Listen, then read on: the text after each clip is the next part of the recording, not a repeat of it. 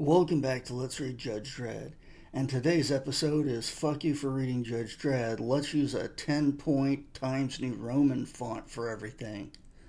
Oh wait, I'm sorry, that's just my interpretation. Today's episode is called Little Spuggy's Christmas, and about half of the stuff is written in 10-point font. Times New Roman to make it harder to read, because hey, those serifs don't fuck with anything.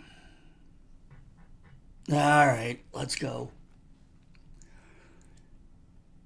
It's 10 a.m. on Christmas Eve, and a large number of residents of ISO Block 47 are being granted early release.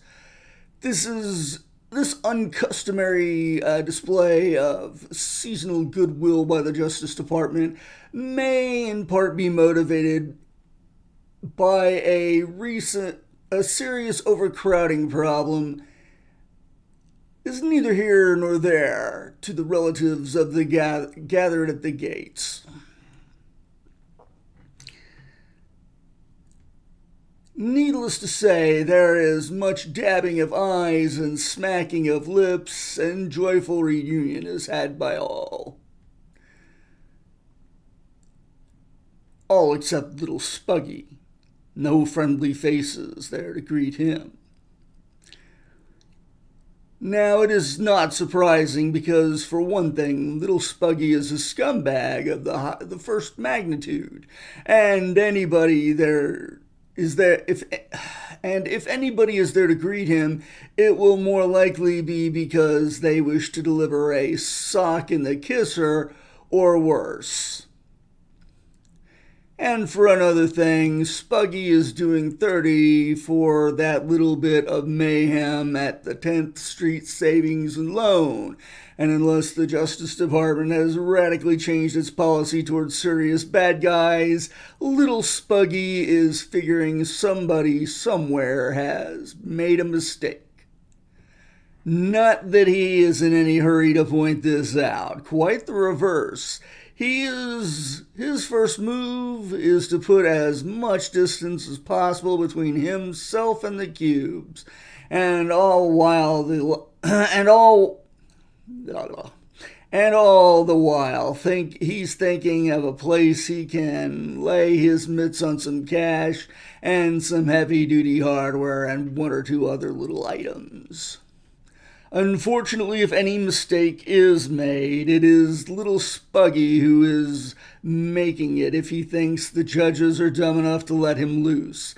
In fact, his every move is being observed. Dread Control is hailing a cab at Chambers Road. You follow status site, we'll keep you posted.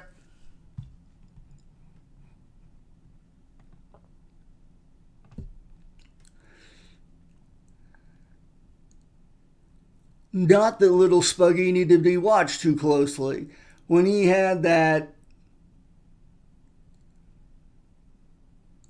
Hang on. Oh. Sorry. Not that little Spuggy needed to be watched too closely when he had that hernia operation. The judges took the opportunity of implanting a mini transmitter in his gut. It is giving them a readout on Spuggy's exact location at every moment. He's heading east on Standard, turning into Fragnall. Suspect stopped on Fragnall outside a lame duck bar. This could be it. Hey, long time no see, freak. Oh, freak, sorry. Freaky freak. Spuggy? Jeez. I thought... That what, I'd be away a little longer? Well, you're wrong. Where's my stash? Still got it? Sure, Spuggy. It's in the back room. To say Freddy the Freak is not pleased to see his old pal is somewhat of an understatement. In truth, he told his pal In truth, he told Okay, I'm sorry, guys. I can't seem to get this one right. If the truth be told, he consoled himself during Spuggy's absence by spending most of the aforementioned ill-gotten gains. However, he does not see this as a problem a 38 slug will not solve. Now, if little Spuggy notices the cash is missing, he gives no sign. For unknown to Freddy the Freak, there's a false bottom on the box inside the little item. And inside on the box... Unknown to Freddy the Freak, there's a false bottom on this box, and inside is a little item known to as the Black Book. This once belonged to another unpleasant character called Northside Norman, and the details of 40 years of involvement in organized crime. How this came into Spuggy's possession is another story. Suffice it to say, it's very spicy, and the judges would love to get their hands on it. As would more than a few other Joes, as it is a valuable reference work in the art of blackmail, which is a career move little Spuggy is thinking of making. Also in the box is a las blaster, which little Spuggy likes to keep around for insurance purposes. Merry Christmas, freak! Kazam! Oh, bzat! Kablam!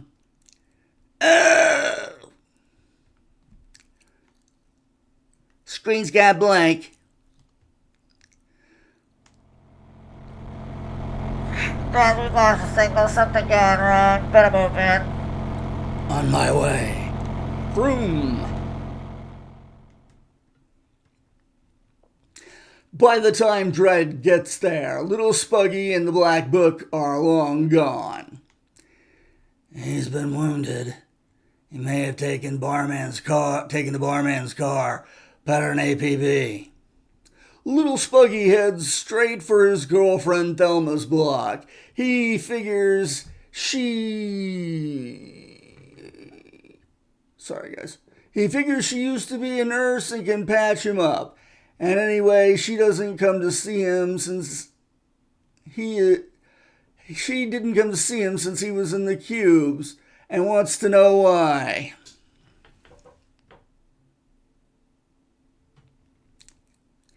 Now, the last thing Thelma is expecting is a visit from little Spuggy.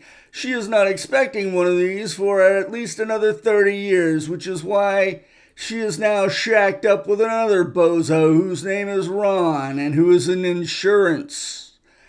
Crash! Geez, Spuggy! Merry Christmas, doll. Hi, Ron's the name. I'm in insurance. You don't say. Bazat. Me too.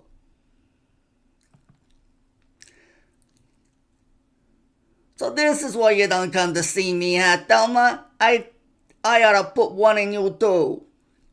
No, Spuggy, please forgive me. I was getting sick of that fat slob anyway. I don't know what I ever saw in him. You're a real man, Spuggy. I'm sorry I ever informed on... Well... Now, this is not a smart thing to say because forgiveness is not in Spuggy's vocabulary. And before you can say Father Christmas, Spuggy is attempting to eject Thelma from her balcony without the aid of bat wings. So you're the one who blew the whistle on me, huh? Please, Spuggy, it's Christmas. It's a good thing Thelma outweighs Spuggy by at least 20 Ks because the little guy is not having much luck and is just thinking about hiring a crane or something when Judge Dredd comes on the scene. Let her go, creep. You'll never take me alive. So be it. Badam!